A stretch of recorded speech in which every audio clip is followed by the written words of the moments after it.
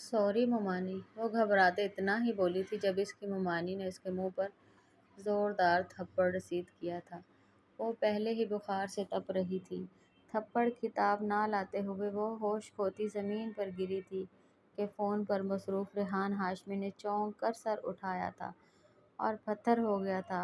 वो यहाँ लड़की देखने आया था और वो लड़की मोमानी की बेटी थी। वो अमीर कबीर बिजनेस टाइकून बहुत मुश्किल से मोमानी के जाल में फंसा था। मोमानी ने उसे सख्ती से मना किया था लड़के वालों के सामने ना आना, पर वो नहीं जानती थी कि उनकी अपनी बेटी उनसे मोहब्बत करती थी, तभी ज़बरदस्ती लेकर ड्राइंग रूम में भेजा था। और वो चकराते सर की वजह से चाय की ट्रे गिरा चुकी थी। ये क्या कर रही हैं आप? इस मासूम का चेहरा देखते रेहान हाशमी कुर्राया और अगले लम्हे इसे बाहों में उठाए। जल्दी कर और याद रख कि कोई गड़बड़ नहीं होनी चाहिए, इसकी चाची ने गुस्से से कहा। वो जो खौफ से जल्दी जल्दी हाथ चला रही थी, अपनी चाची की बात सुनकर साकित हुई और उनका चेहरा देखने लगी।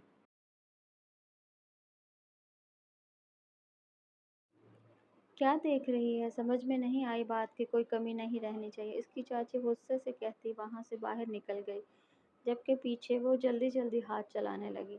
थोड़ी देर में तमाम मेहमान आ चुके थे। रीम ने लरजते हाथों से चाय की ट्रे उठाई, ड्राइंग रूम में दाखिल हुई तो रेहान शाह उसे देखता रह गया। वो जो पहले ही भूख की वजह से चकरा रही थी, उसकी नज़रों की तपिश महसूस करते ही लड़खड़ाई तो सारी चाय गजाला बेगम के कपड़ों पर गिरी। मेहमानों का लिहाज किए बिना ज़ोरदार तमाचा उसके मुंह पर रसीद हुआ। मैंने 10 बार समझाया था, बहुत ख़ास मेहमान है, लेकिन तुम तो मेरी बेटी के नसीबों से जलती हो। दफ़ा हो जाओ यहाँ से। गजाला बेगम ने नफ़रत से कहा, मगर वो ज़मीन पर गिरती बेसुध हुई। आंटी, आंटी, इस बेचारी की तो तबीयत ख़राब है। रेहान ने उसे बाहों में भर लिया। इन्हें हॉस्पिटल लेकर जाना होगा। वो इसकी घनी पलकों और किताबी चेहरे से बमुश्किल नज़र हटाए हुए उसे अपनी गाड़ी में लिटाया। भाई, मैं भी साथ चलूँगी, रेहान की बहन वो गाड़ी में बैठते हुए बोली। रेहान ने सर हिलाया तो वो फौरन गाड़ी की पिछली नशिस्त पर बैठ गई। रेहान ने सर हिलाया तो वो फौरन गाड़ी की पिछली नशिस्त पर बैठ गई। रेहान ने गाड़ी की रफ्तार बढ़ा दी थी। आधे घंटे का सफ़र उसने चंद ही मिनटों में तय कर लिया था। जब वो लोग अस्पताल पहुंचे और डॉक्टर ने चेकअप करवाया तो डॉक्टर ने बताया कि पेशेंट हद दर्जा कमज़ोर हो चुकी है और इसे फौरी तवज्जो की ज़रूरत है। रेहान और उसकी बहन फ़ायज़ा वार्ड में आए तो वो बेसुध बेड पर लेटी थी। तुम्हें क्या हुआ है? क्या तुम ठीक हो? रेहान ने इंतहाई फिक्र से पूछा तो उसने बेसनफी में सर हिला दिया।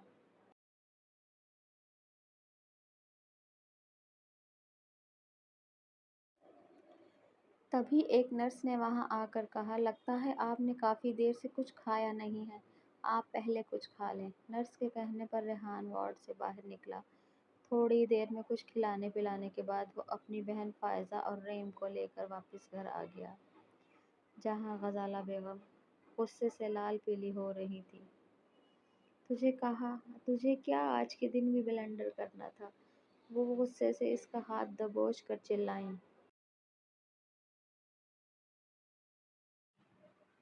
आंटी, ये क्या कर रही हैं आप? इसके हाथ में लगी हुई है। रेहान ने फौरन गजाला बेगम का हाथ झटक दिया। गजाला बेगम ने हैरत और नफरत से उसे देखा। बेटा, तुम नहीं जानते इस जैसी लड़कियों को। ये ड्रामेबाज होती हैं। मैंने इतने सालों से इसे अपने घर में पनाह दे रखी है, इसके सब ड्रामे मैं अच्छी तरह जानती हूँ। डॉक्टर ने कहा है कि इनकी तबीयत वीकनेस की वजह से ज़्यादा ख़राब हुई है। इन्हें वक्त पर खाना और मेडिसिन दें, वरना तबीयत मज़ीद बिगड़ सकती है। और मेरे ख़्याल में अब हमें यहाँ से चलना चाहिए। तुम रिश्ते का तो बताओ, गजाला बेगम ने सख्ती से पूछा। रेहान ने एक नज़र रीम पर डाली। हमारी तरफ से रिश्ता पक्का समझे। शादी हम लोग सादगी से करेंगे। मैं कल ही निकाह ख्वाह लेकर आऊँगा। आप लोग रुखसती की तैयारी करें, लेकिन शादी मैं रीम से करूँगा। ये सुनकर सब पर सकता तारी हो गया। शानज़ रीम की कज़न, जिससे रेहान की शादी तय थी, ने हकारत भरी नज़रों से रेहान को देखा। वो लोग तो जा चुके थे, लेकिन जाते जाते रीम की जान मुश्किल में डाल गए। बता क्या किया है तूने इनके साथ? उसकी चाची इस पर गुस्से से धाड़ी। रीम डरी सहमी वहीं खड़ी रही। मैंने कुछ नहीं किया चाची। क्या करती हो बेगम? शादी तो करनी थी इसकी, चलो इसी तरीके से। अगर इसका घर बसता है तो बसने दो।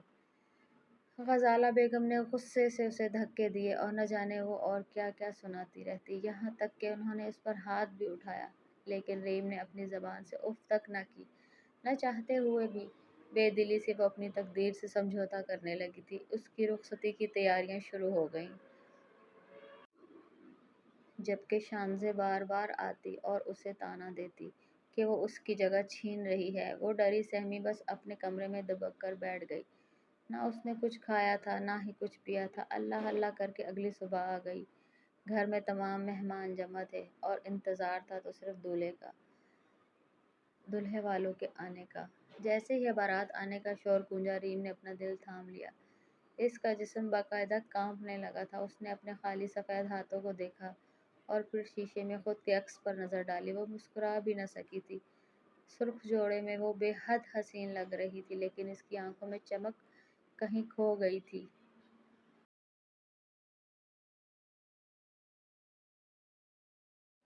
उसकी चाची कमरे में दाखिल हुईं और उसे बाजू से पकड़कर खड़ा किया। चल, दूल्हे वाले आ गए हैं, वो गुस्से से कहती उसे दरवाजे की तरफ ले गईं। जैसे ही कमरे का दरवाज़ा खुला तो उन्होंने नरमी से उसका हाथ ऐसे पकड़ा जैसे इन्हें इससे बेहद मोहब्बत हो। आखिरकार उसे लाकर रेहान के सामने बिठाया गया। जब निकाह ख्वाह ने इजाज़त तलब की तो रेहान ने खामोशी से उसे अपने निकाह में कबूल कर लिया और रीम ने भी कपकपाती आवाज़ में उसे अपना शौहर कबूल कर लिया। कल से भूखे होने की वजह से मुसलसल उसका सर चकरा रहा था। रुखसती का शोर गूंजा तो रेहान ने नरमी से उसका हाथ थाम कर उसे खड़ा किया, लेकिन वो उससे पहले कि वो एक कदम आगे बढ़ाती वो बेहोश हो गई। रेहान ने उसे फ़ौरन अपनी बाहों में भरा और घर से बाहर निकल गया। बाकी तमाम लोग भी इसके पीछे बाहर निकल गए। एक एक करके सारे मेहमान रुखसत होने लगे। चलो, किसी बहाने से ही कम अज़ कम वो मनहूस अब इस घर में नज़र तो नहीं आएगी। शानज़े ने बेजारी से सोफे पर बैठते हुए कहा। रेहान उसे लेकर सीधा अस्पताल आया। डॉक्टर ने हैरत से पहले रेहान को देखा और फिर रीम को। कल जब वो उसे यहाँ लेकर आया था तो इसका इसके साथ कोई रिश्ता ना था, लेकिन आज रेहान इसका शौहर था। डॉक्टर ने उसे ज़रूरी हिदायत दी कि इसका ख़ास ख्याल रखा जाए। रीम की हालत देखकर रेहान बस खामोशी से इस्बात में सर हिलाकर रह गया। पहली ही नज़र में रीम इसके दिल में घर कर गई थी। वो इतनी खूबसूरत थी कि उसे पलक झपकाए बगैर मुसलसल देखा जा सकता था। थोड़ी देर बाद जब रीम की हालत कुछ बेहतर हुई तो वो उसे अपने घर ले आया। सादगी से उसका इस्तकबाल किया गया। तबीयत नासाज होने की वजह से थोड़े बहुत रस्म व रिवाज के बाद उसे कमरे में भेज दिया गया। रीम डरी सहमी घबराई हुई उस अनजान कमरे में बैठी थी। रीम, आप फ्रेश हो जाएं, कपड़े तब्दील कर लें, मैं आपके लिए मेडिसिन लेकर आया हूँ। खाना खाने के बाद आपको ये दवाई लेनी है, वो इसके करीब आकर नरमी से बोला और बेड साइड टेबल पर मेडिसिन रख दी। रीम ने फौरन नजरें उठाई और पूरे कमरे का जायजा लेते हुए दबी आवाज में पूछा, मेरे कपड़े? मगर वो यहाँ सबसे अनजान थी। उसे समझ नहीं आ रहा था कि वो बाहर कैसे जाए। वो कई बार दरवाजे तक जाती, हाथ कुंडी पर रखती, लेकिन फिर घबरा कर वापस पलट आती। आखिरकार जब वो दोबारा दरवाजे की जानिब बढ़ी और उसे खोलने के लिए आगे हाथ बढ़ाया तो ऐन उसी लम्हे बाहर से दरवाज़ा खुल गया। रीम फौरन पीछे हटी और खौफ से आंखें टपटपाते हुए आने वाले को देखने लगी। फाइज मुस्कुराते हुए बोली, अरे भाभी, आप बाहर क्यों नहीं आ रही? रीम ने नज़रें झुका लीं। फ़ायज़ा को रीम का इस कदर डरना बिल्कुल पसंद नहीं आया। उसने प्यार से कहा, अरे आप यूँ मुजरिमों की तरह हर वक्त क्यों सर क्यों झुकाए रखती हैं? आप तो अब घर की रौनक हैं। चलिए, आपके घर वाले आपसे मिलने आए हैं। फ़ायज़ा उसे अपने साथ बाहर लेकर आई तो रीम की नज़रें शानज़े पर पड़ी, जो अपनी माँ के साथ बैठी थी। शानज़ा मुस्कुरा कर बातें तो कर रही थी, लेकिन रीम को इसकी नज़रों में मौजूद जहर महसूस हो रहा था। अचानक शानज़े ने तंज़िया अंदाज में रीम की तरफ देखते हुए कहा, क्यों रीम, मुझे अपना कमरा नहीं दिखाओगी? रीम ने चौंक कर शानज़े की तरफ देखा, जिस पर रीम की सास ने فوراً کہا ہاں ہاں ریم، جاؤ اسے اپنا کمرہ دکھا کر لاؤ۔ ریم نے اس بات میں سر ہلایا اور شانزے کو ساتھ لے کر کمرے میں داخل ہوئی۔ کمرے میں قدم رکھتے ہی شانزے نے حقارت سے چاروں طرف نظر دوڑائی اور بولی، تیرے تو نصیب ہی کھل گئے ریم۔